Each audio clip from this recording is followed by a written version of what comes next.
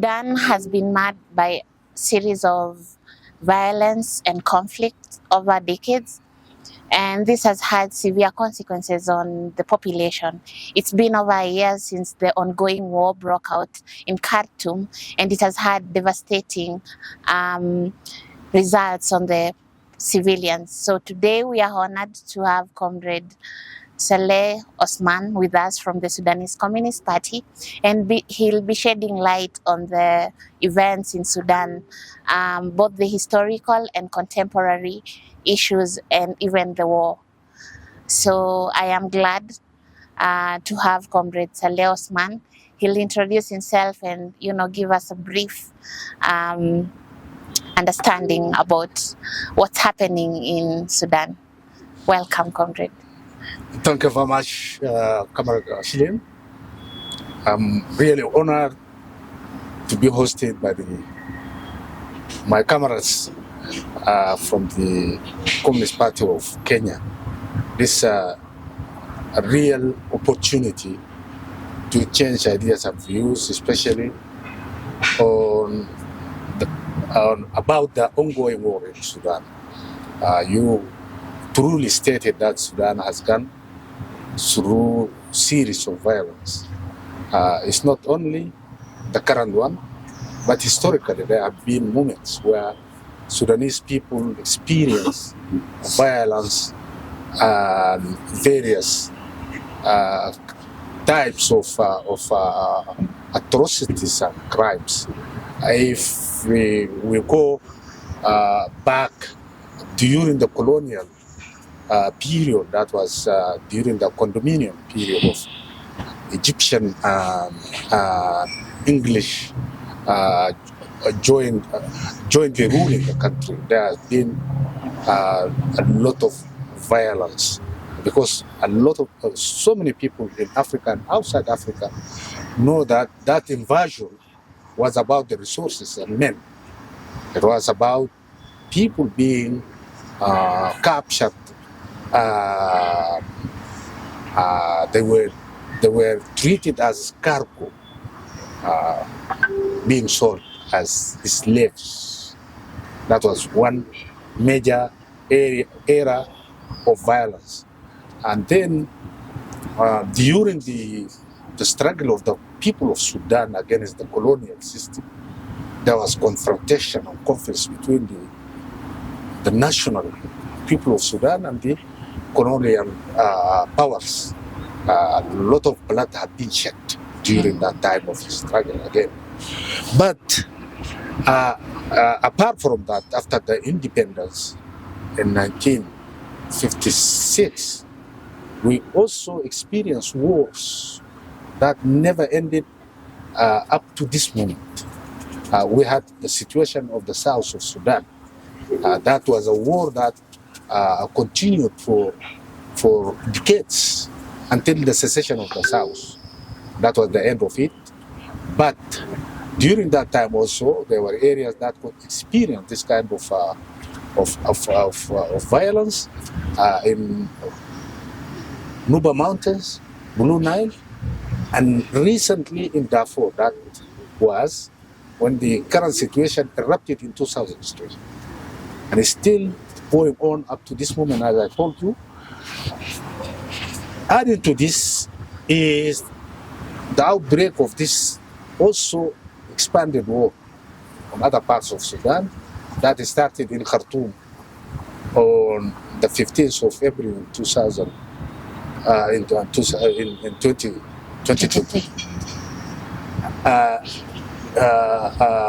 2023, sorry about this, but it's now not Khartoum, it's Darfur, definitely, Kurdufan, which is the center, and then Khartoum, Al Jazeera. Up Al Jazeera means from Madani up to Sinjar, today to Dindir, and there the eastern part is very close even to Gaddafi. That's the situation today.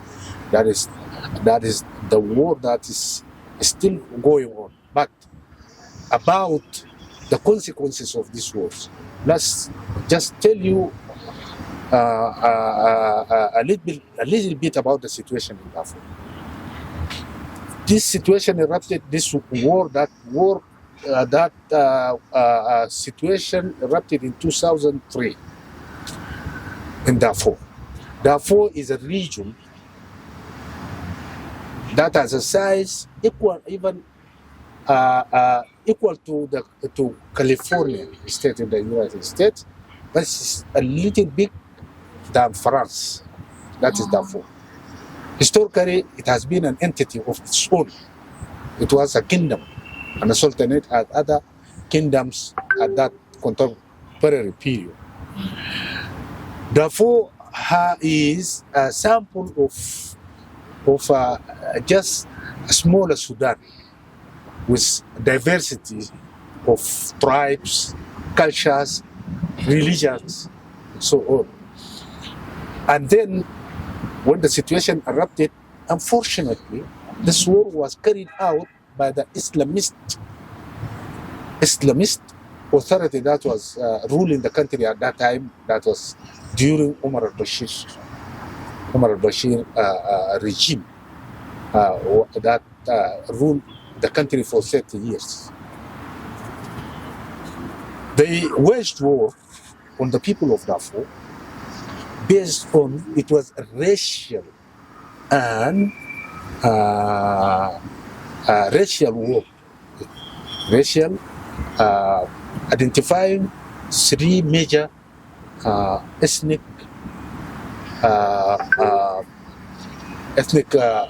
groups, that the four Zagawa and Masalit, major African entities.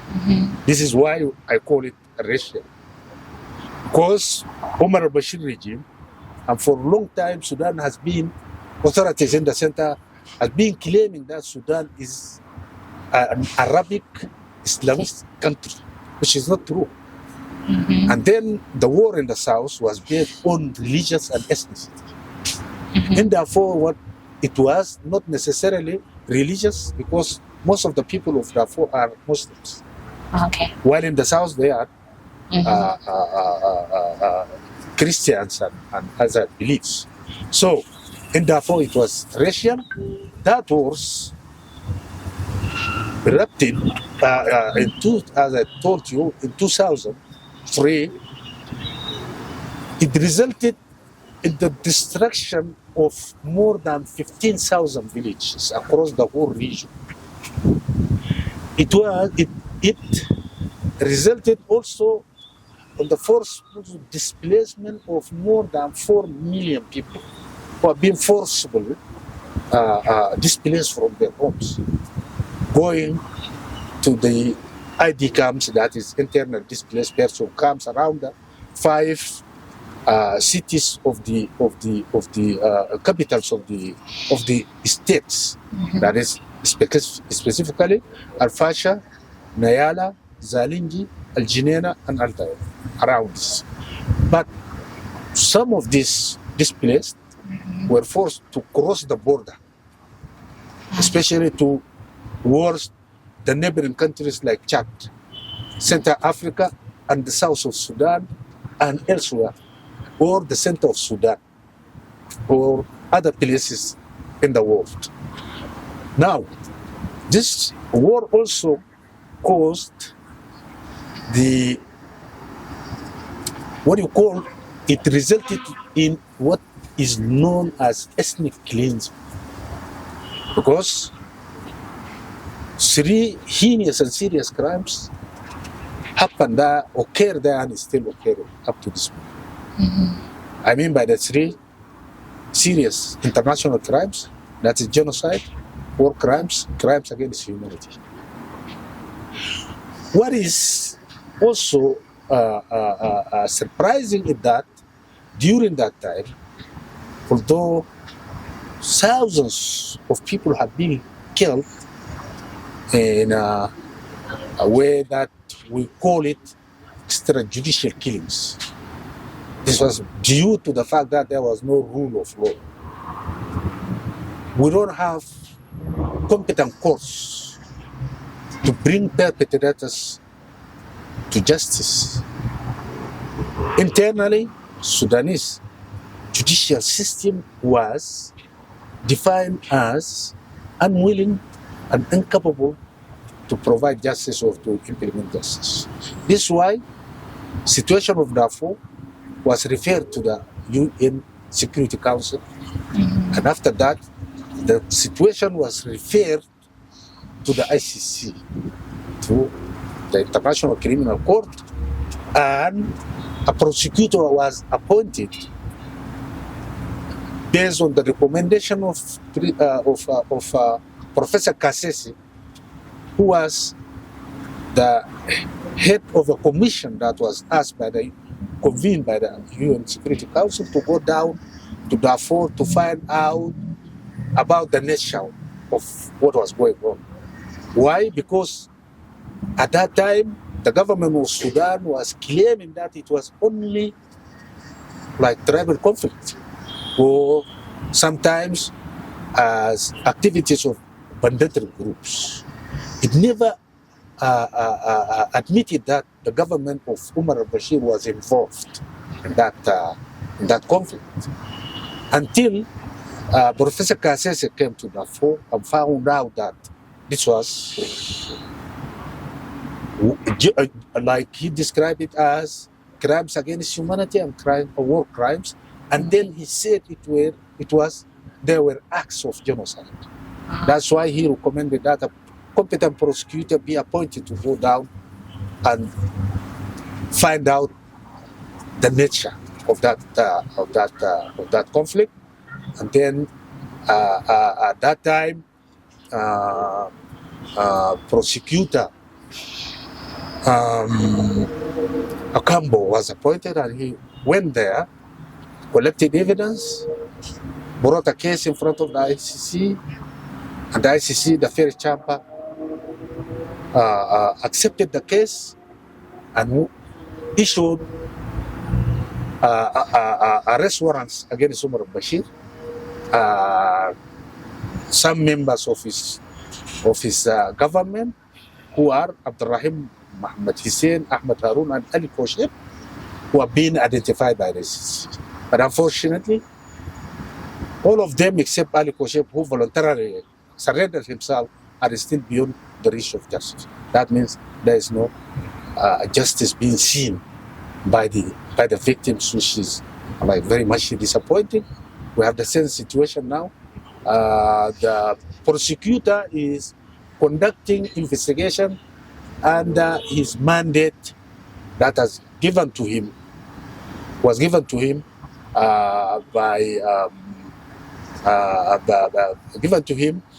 according to chapter 7 of the UN Charter. That is the situation today, generally. But what is important to clarify about this atrocities is that these atrocities occurred in a wider scale. They were systematic to bring results, like when rape was used as a weapon of war to humiliate and destroy the character and dignity of the victims, especially when most of the cases of incidents of rape occur in front of male parents, like husbands, fathers, brothers, even sons. This had a very devastating consequence on the communities, especially the victims, women, girls. Girls as young as 7 years have been also targeted. That is the bad side of it. But still today, after the expansion of this war, women and girls are sold as commodity in the markets, slave trade, and still the Sudanese judicial system is incapable to deal with this situation, especially. That is natural because most of the perpetrators are affiliated to the government apparatus, that like the NIS, that's national security, and SAF, Sudanese army, with its proxy actors, that is the militia of the Janjaweed, who shall be now turned to the RSF today. They were part and parcel of this joint military and militia component that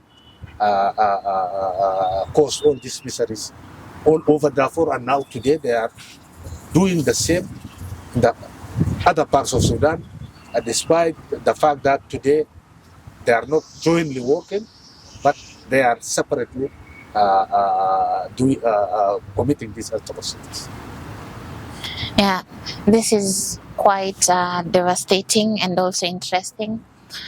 But what I noted is you said there is heinous crimes, and you suggested them as war crimes, crimes against humanity, and even cases of genocide. So, like the ongoing war, can you kindly clarify, could it be a civil war, or is it a genocide, or is it a proxy war? The current ongoing war in Sudan, how can you categorize it? As I told you, it depends. During the 20 years in Darfur, it was mix of all these kind of things. But the major part of it was that it was the government of Omar al-Bashir and the Janjaweed as proxy to the south. They were Janjaweed, that is a tribal militia composed from the Arab tribes there against the indigenous African groups. That is the fact. So when you talk about proxy at that period, it was because Arabs were allying with Omar al-Bashir's regular forces, although they are tribal militia, but because they had a common interest. Common interest that destroying Darfur through burning down villages, using helicopter gunships, anti-tank aircrafts, Janjaweed on board horsebacks and camels on foot, burning down villages, raping women, abducting women, using them as slaves. All this was caused during that time, and still is happening today. Today, if you can say proxy, it has a broader meaning. Why? Because even the RSF and SAF are now tools in the hands of other international powers or regional powers. Some, like SAF, is supported by known countries in the Arab Gulf, like Emirates. Emirates is supporting the RSF because the RSF is extracting minerals like gold and other mines, smuggling it into Dubai and Emirates. They are supported. They have also a kind of relationship with Russia, Ukraine, China, and on the other side, the SAF has its own relations with Egypt and Eritrea, other neighboring countries. So these powers, so regional and international powers, has their own interests. That's why they are supporting these two belligerents, the warring parties, using them to extract the minerals of Sudan, especially gold, which is very much known that is being sold through improper ways of smuggling these resources, and again they are fueling through these resources the war that is going on. That is why the UN Security Council is. We were talking about the arm embargo which is very necessary. Sometimes no-fly zone. Sometimes because the Burhan government is using anti-drone aircrafts and helicopter gunships, shelling cities and hospitals, schools, universities, infrastructure, whatever you can imagine. That is what is happening today. By this, all the money of the people of Sudan that is being smuggled, it is brought back through shells and bullets and so on. That is, if you would call it proxy war in that context, in this context of the regional and international. And yeah. And against the backdrop of the worsening crisis in Sudan, we cannot go on or fail to recognize, the attempts and also the struggles of people, organizations such as the Sudanese Communist Party in such moments. So I know progressive parties like the Sudanese Communist Party have waged this war in terms of winning. So what actually has been and is still the role of the Sudanese Communist Party in ensuring there is ultimate liberation of the Sudanese poor, working, and even the victims of the war? Well, thank you very much for this question, Comrade Ashley. Sudanese Communist Party was established in 1946, and it was during the colonial period, before the independence in 1956. During that time, there was a struggle against the colonial powers, the British and the Egyptians. Communist Party was the leading party that succeeded to mobilize and organize means of struggle. Definitely, they were peaceful means.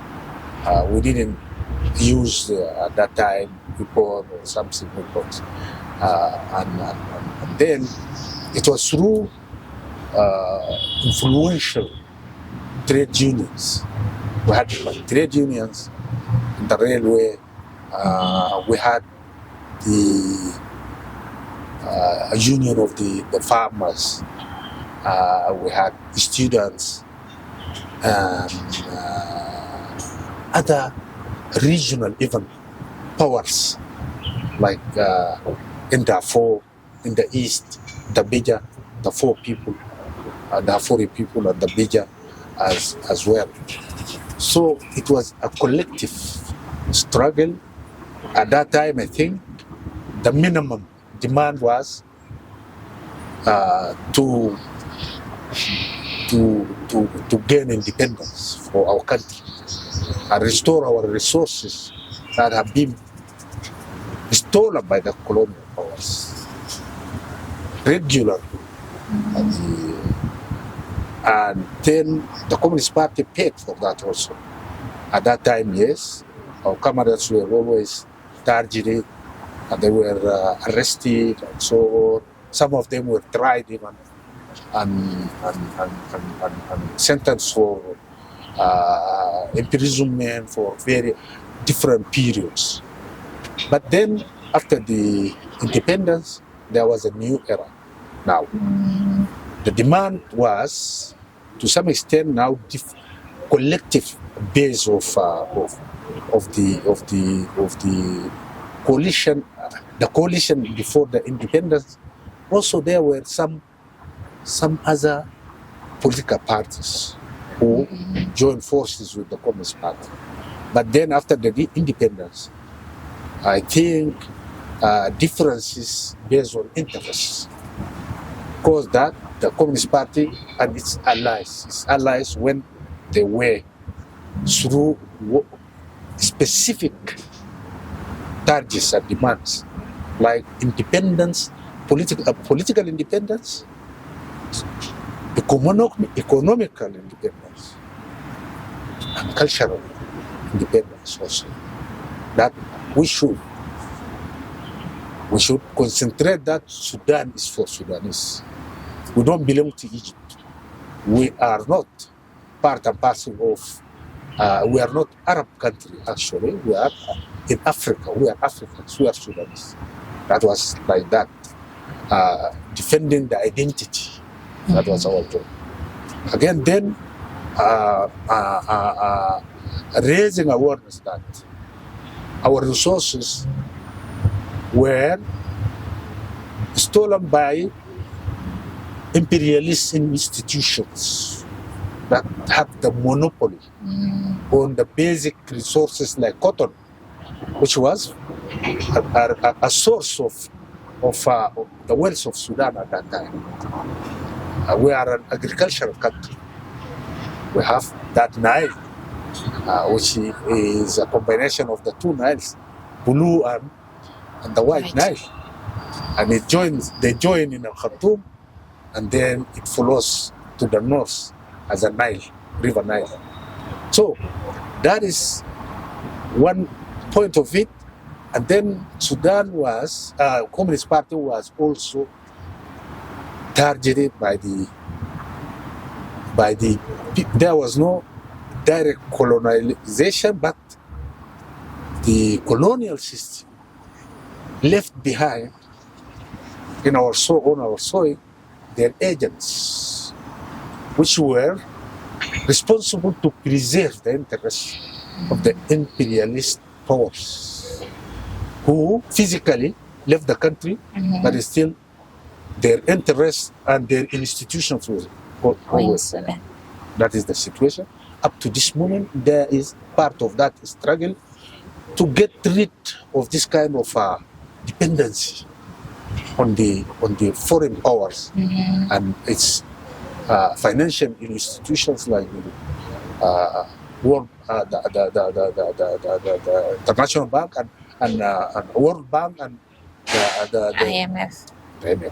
So monetary fund. So this is today the struggle. But today is even more now becoming obvious that specific resources are stolen and smuggled like gold, which is new.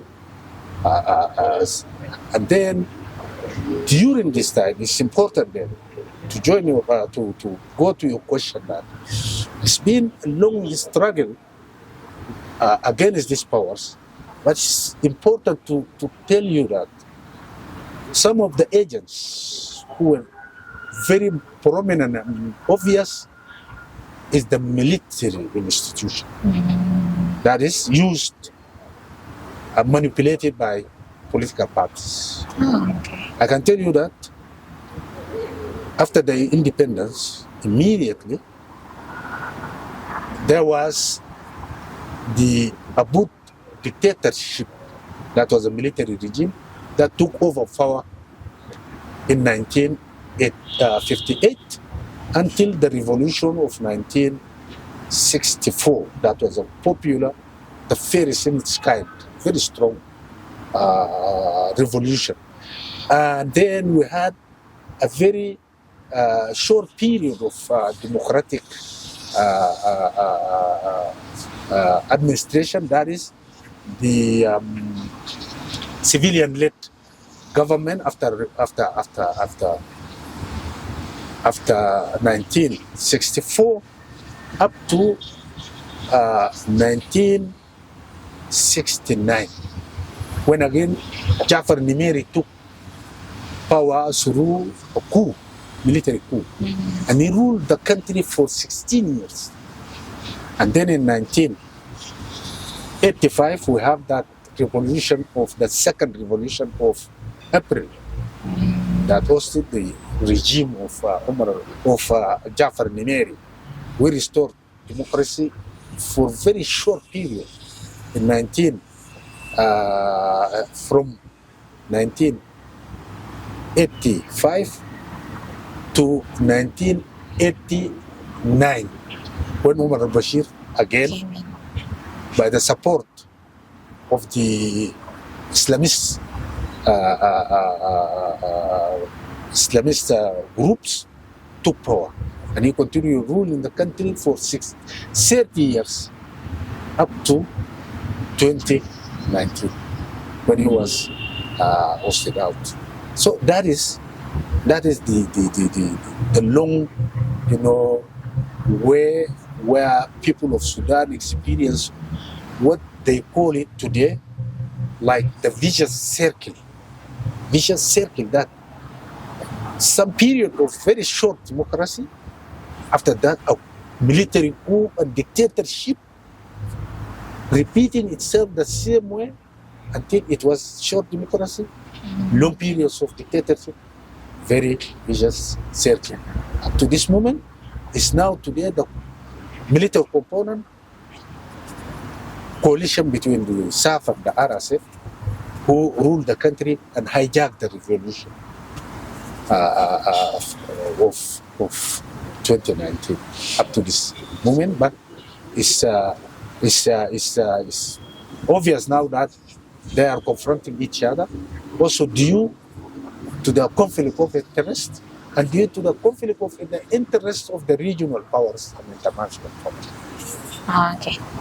And clearly, the Sudanese Communist Party has anti-imperialist and anti-capitalist struggles in Sudan. So what is your diagnosis of foreign capital in Sudan, especially during the ongoing war? Because I am sure that their interests there have impeded any revolutionary projects or any kind of advances that will want to actually bring about, people's gains in Sudan. And even as you speak on the foreign capital in Sudan, maybe you can reveal what the warring parties in Sudan are, the SAF and RSF, because maybe people don't understand. Sure. Yeah. Now, the situation after the revolution of 2019 was a result of a coalition that was the largest coalition of political parties, student unions, regional, powers from outside Khartoum. That is tribal powers, also students and employees, farmers.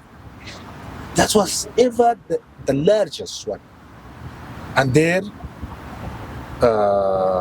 minimum program was to get rid of the Umar al-Bashir regime. They succeeded immediately, and then that coalition was called the FFC, Freedom and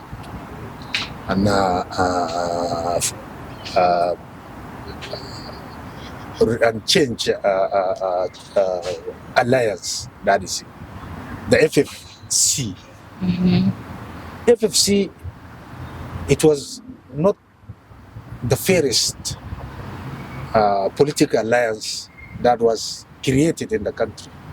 Before that, even during the colonial period, Sudanese Communist Party was able to create and establish what was called at that time, in Arabic anyway, that was, and the translation was, it is a coalition against the colonial powers. And then, after that also, we have this coalition that succeeded to cause the revolution of October. That was great. And then, as I told you also, of the April 1985. But this one, during this period, there was a coalition which was called the NDA, National Democratic Alliance. Sudanese Communist Party was able to create this coalition with others, like the Umma Party, the Unionists also, Democratic Unionists were there, other various parties were part of that coalition, the NDA. And then we have this FFC that was able to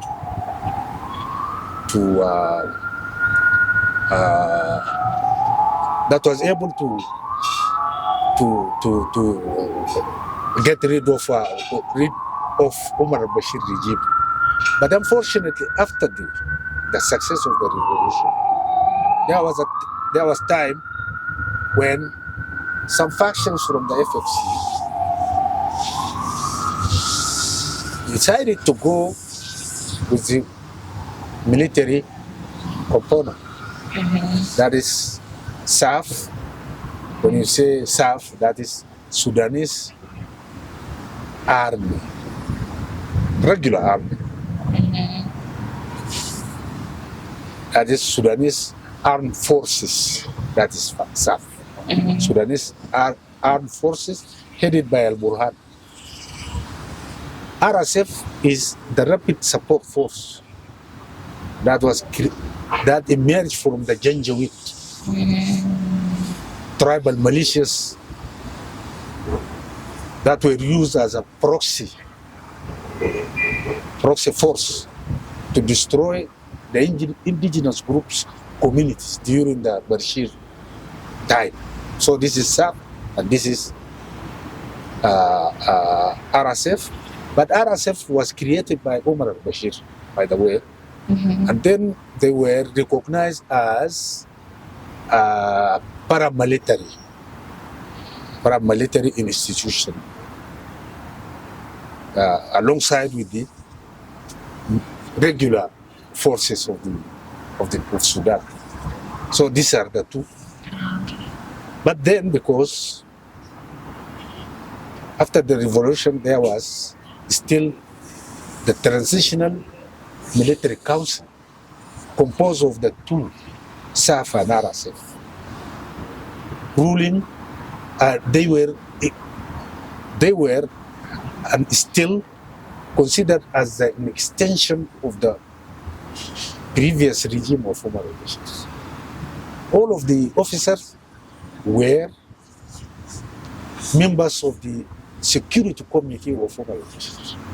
That's why we call them a military component. And this is important also to tell you that the revolution was not able to get rid of them, the military council. They continued to rule the country even after the revolution. It was possible to take them away when the African Union adopted a resolution to say that there will never be recognition by the African Union of the previous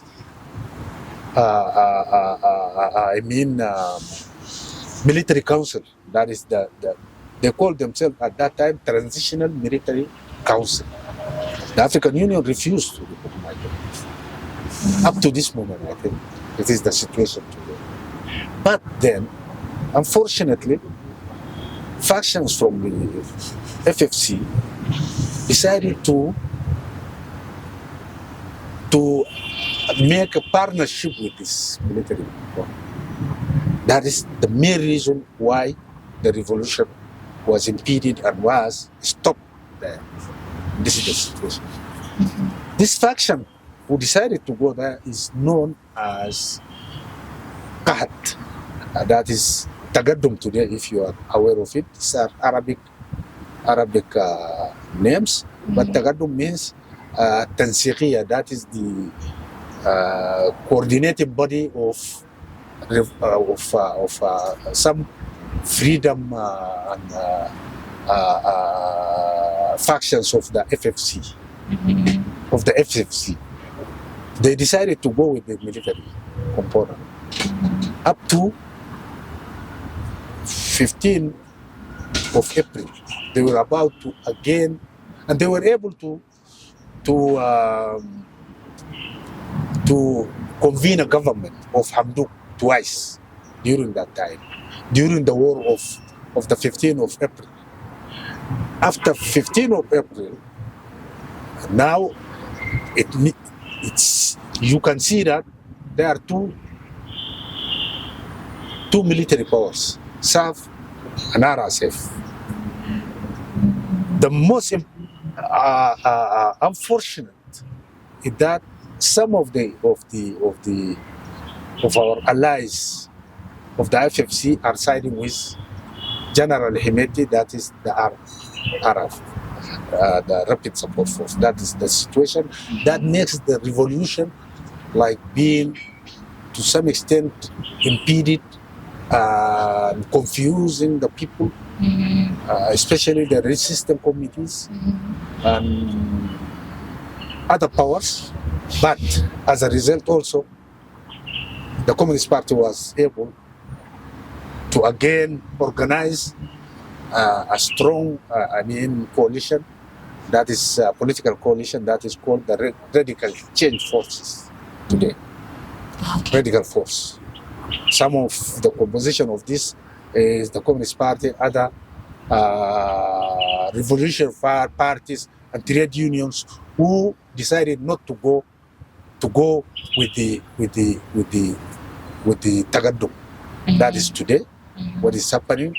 The composition is strong also, but the environment is very hostile for them inside the country. This is why you cannot see activities like organizing rallies or demonstrations on the streets.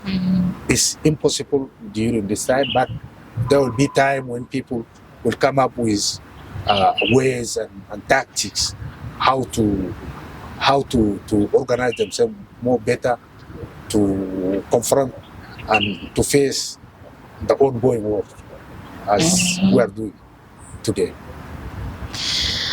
Yeah, so you mentioned about African Union, and Sudan is part of regional blocs such as the African Union and IGAD, and we don't see any kind of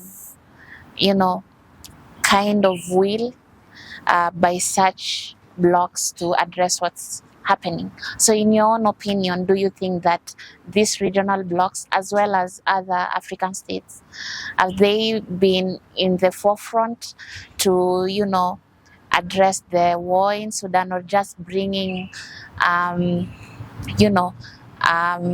strategies on how to tackle the crisis in the Sudanese?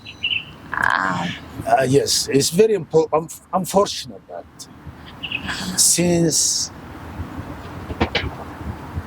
the eruption of the situation of Sudan in Darfur in 2003 up to the current war in Khartoum and other parts of Sudan, we have seen very minimum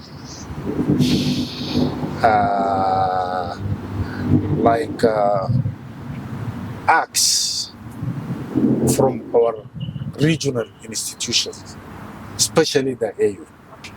But it's also important to say that during Darfur crisis in 2003, African Union sent twice military components. One was before the deployment of the UNAMID. It was the African Union who did it, which was good. African Union also sent a committee from the African People's Commission for Human Rights from Banjul go also to investigate to find out the nature about the nature of the conflict in Darfur. That was the African Union. African Union also sent troops to join the UN troops.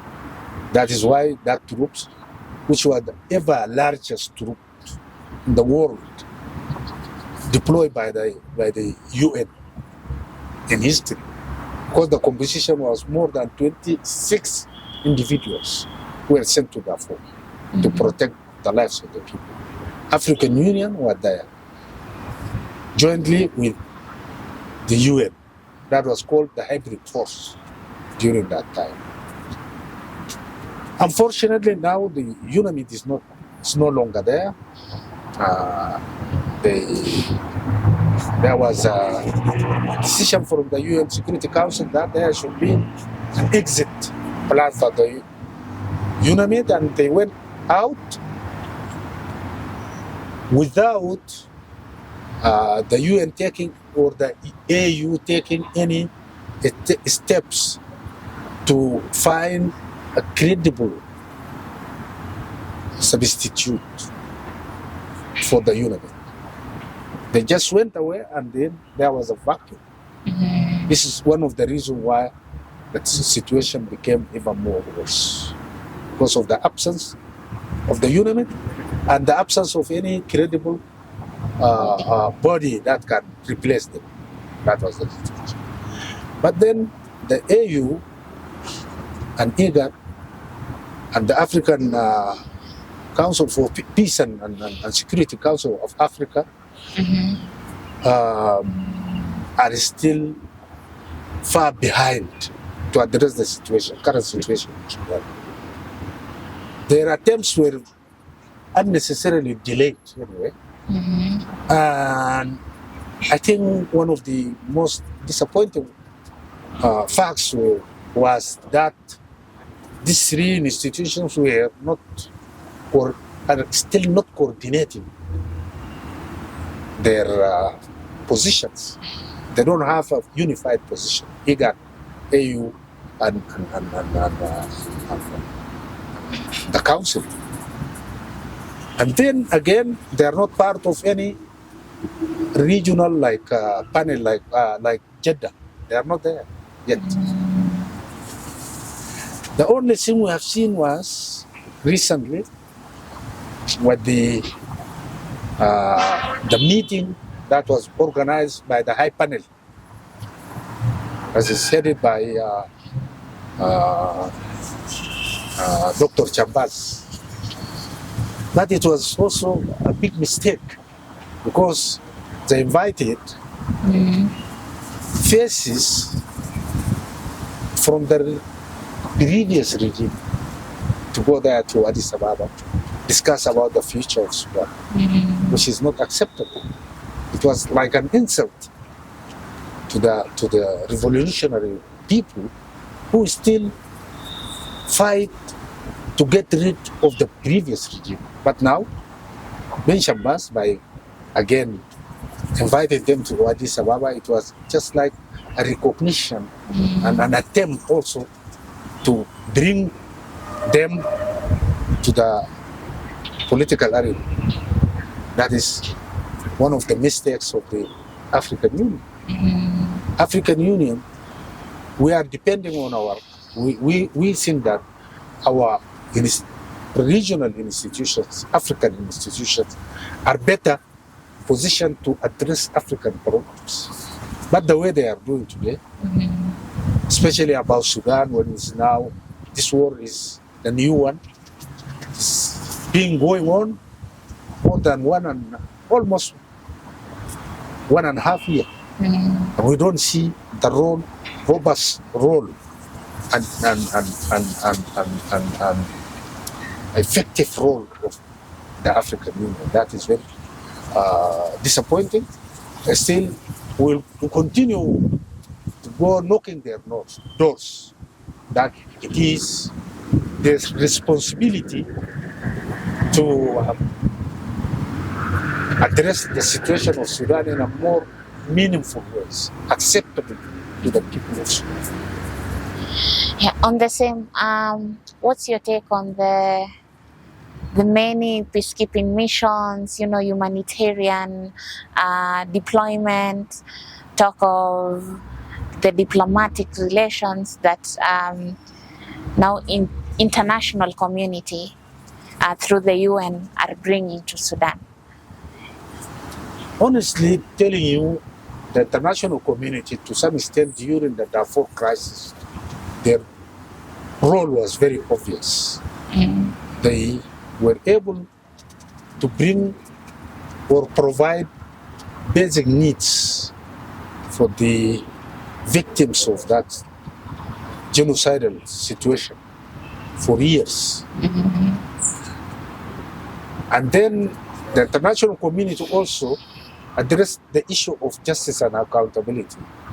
While some of our African countries were against that issue of international justice being implemented in Sudan, their justification was that, the ICC is only for African head of states, which was not true. Because in Africa, we don't have appropriate judicial system, independent judicial systems. When it comes to dictatorships, especially dictator regimes, they don't like independent judiciary. And again, we don't have our regional, international criminal tribunal. We don't have it in Africa.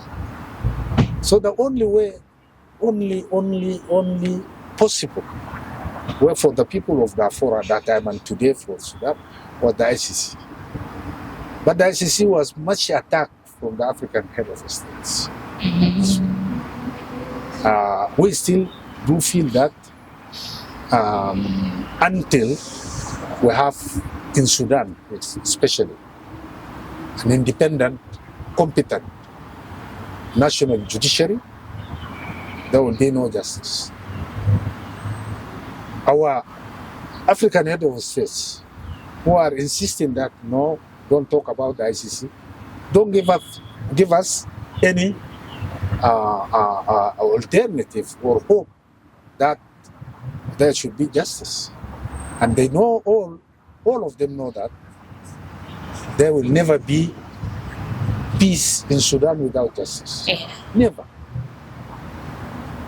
Justice is an important element, given the fact that the nature of these crimes are horrible. It's horrible. Nature is horrible. When you talk about genocide, war crimes, and crimes against humanity that resulted in ethnic cleansing, it's serious.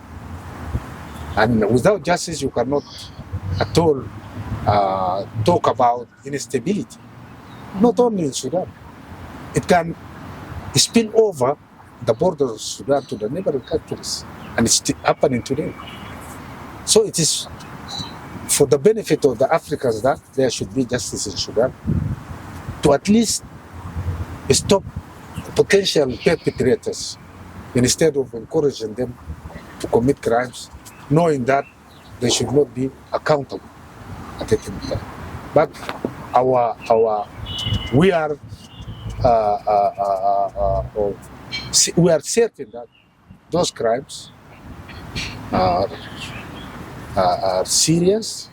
There is no limitation, and there is no kind of amnesty at all against these crimes. That's Okay, from your evaluation, okay. yeah, from your evaluation of the situation now, we know that there is severe starvation, hunger, displacement, loss of life, talk of, diseases, outbreak of diseases and pandemics in Sudan. So with a few statistics, maybe you can explain the effects of the war. How many have been displaced, the lives lost, you know, and the level of starvation or hunger. Yeah. Yeah, this is one of the areas of the concerns of Communist Party and its allies and other Sudanese.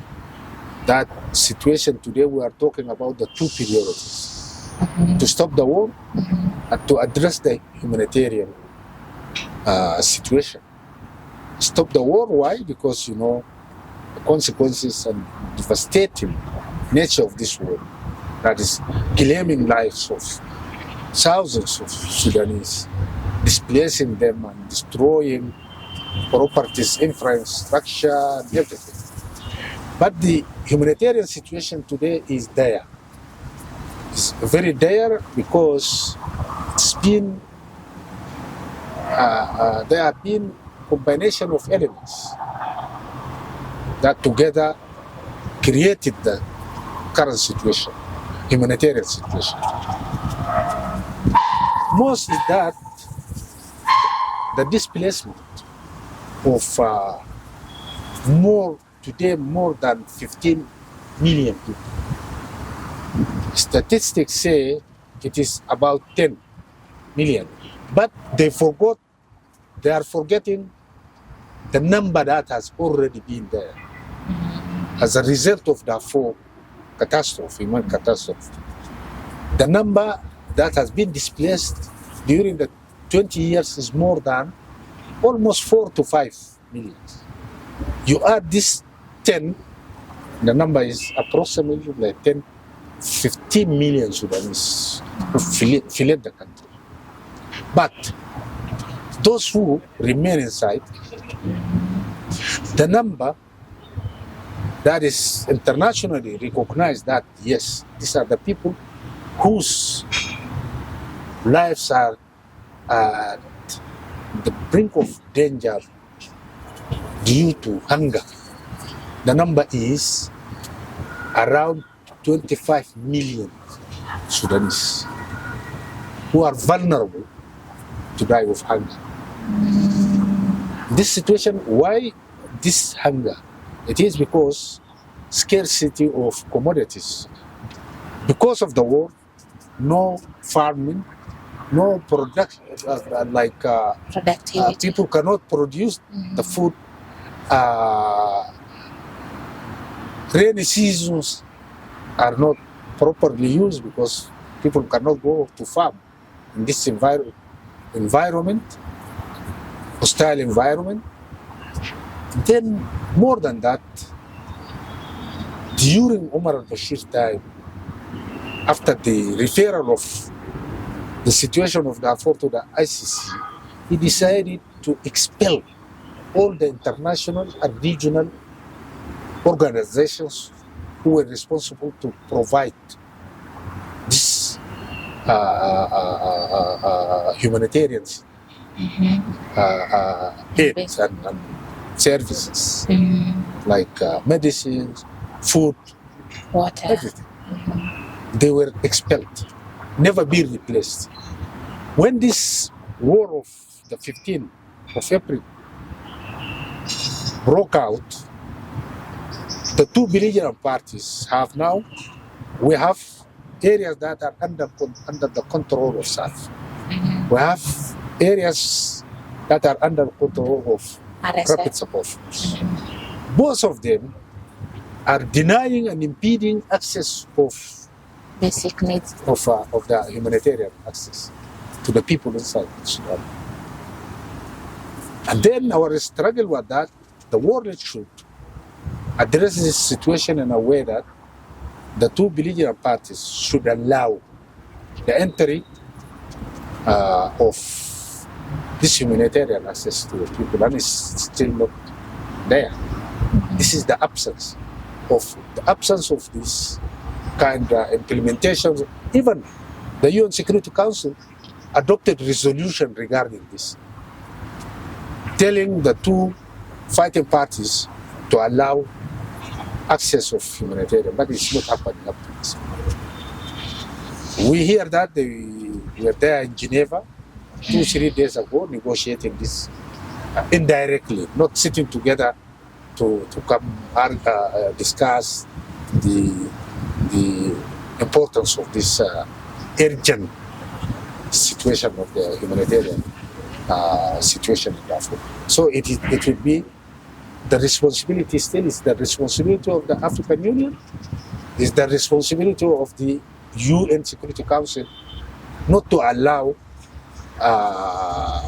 the deaths or perishing out of more than 25 million of innocent Sudanese. So indeed, we cannot allow the people's revolution in Sudan to be crushed. So how then can people's movements and organizations like that of the Communist Party of Kenya bring about the expression of solidarity with the people of Sudan? Thank you so much. Starting from this given moment, I think hosting me and doing this in the interview is an indication that you are showing solidarity with the people of Sudan through the Communist Party. Ask me questions to highlight and to raise areas of concern and tell this painful story of the Sudanese people. I think this is important that we talk.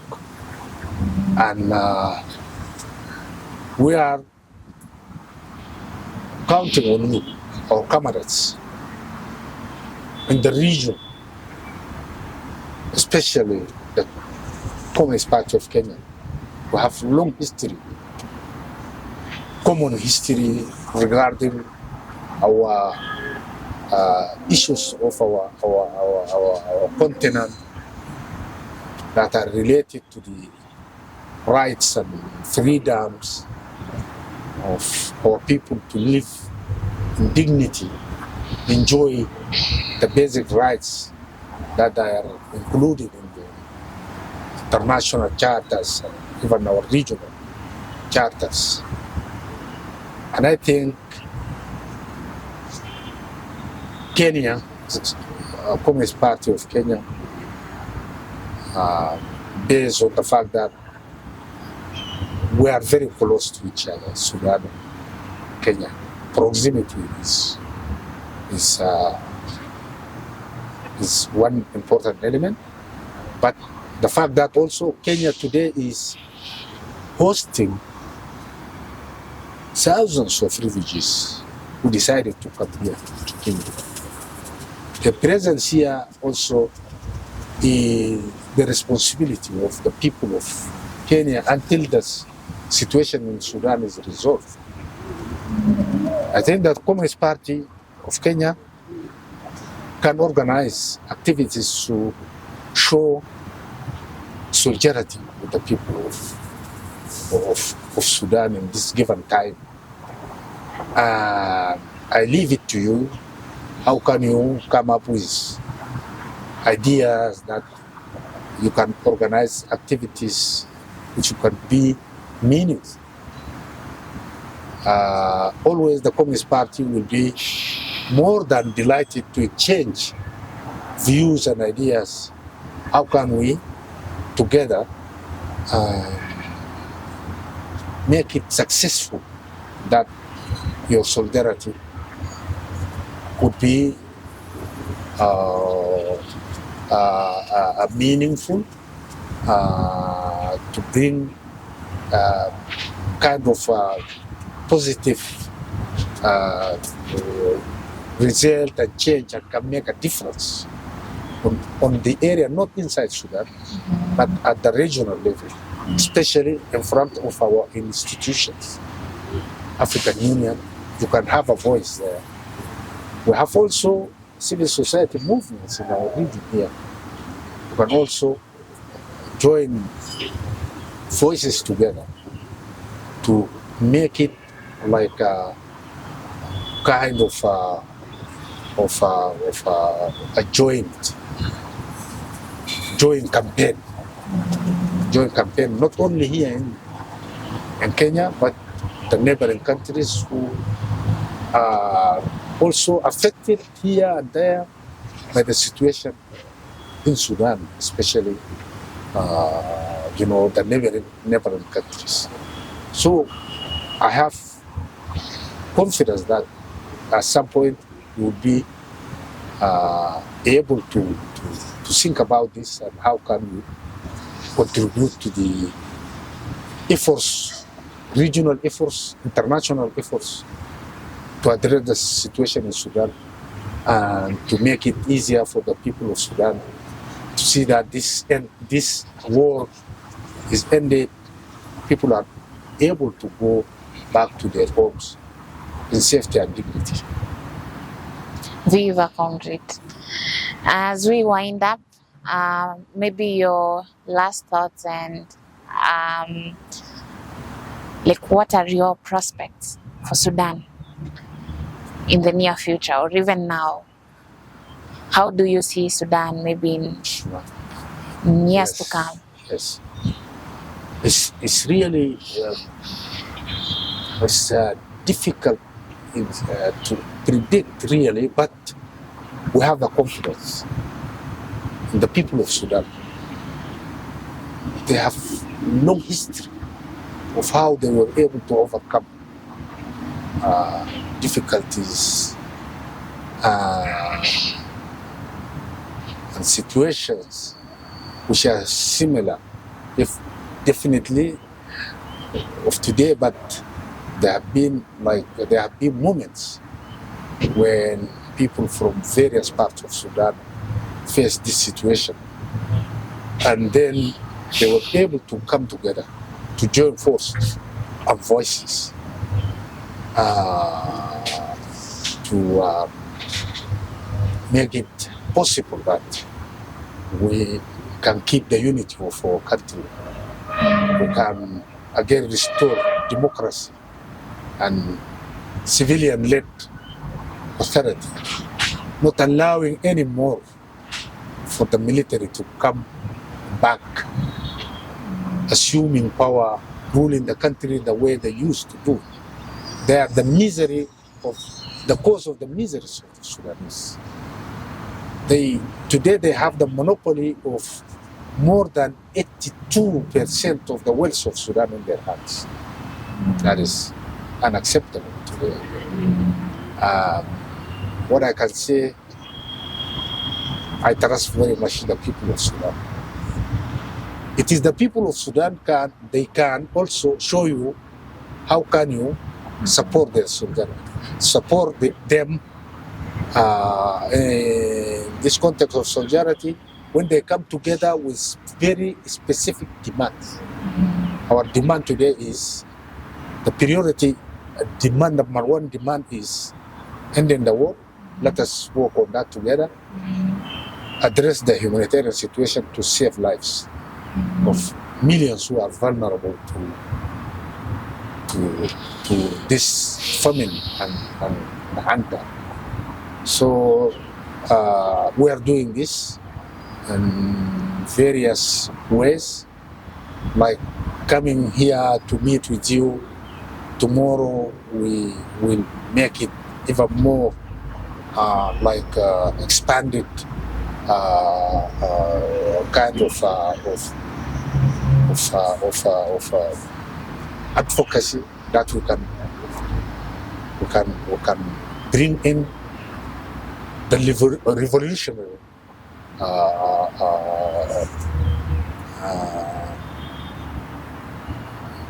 political parties, organizations, civil society, movements, the people of Africa. They are important to exactly know what is happening there in Sudan. And I think now today, when we start doing this, you can tell other comrades in other places, other countries. Maybe they know, but you can add to their knowledge what you hear today. This is not comprehensive. This is not like 100%, but I gave you basic information about the nature of the human catastrophe there, who are behind that, what's needed from us to do. Let's exchange ideas, views. How can we make it more powerful, unified position to address that situation? Thank you very much. Thank you so much, Comrade Osman. To our viewers and comrades watching from different parts of the world, we are really happy that you could join us for today. And I think the best weapon we have is our ideas. So telling our own story is a way to inspire and even win more people's power. So thank you so much, and that's it from me, Ajambo Ashlin and Comrade Sahil Osman from the Sudanese Communist Party.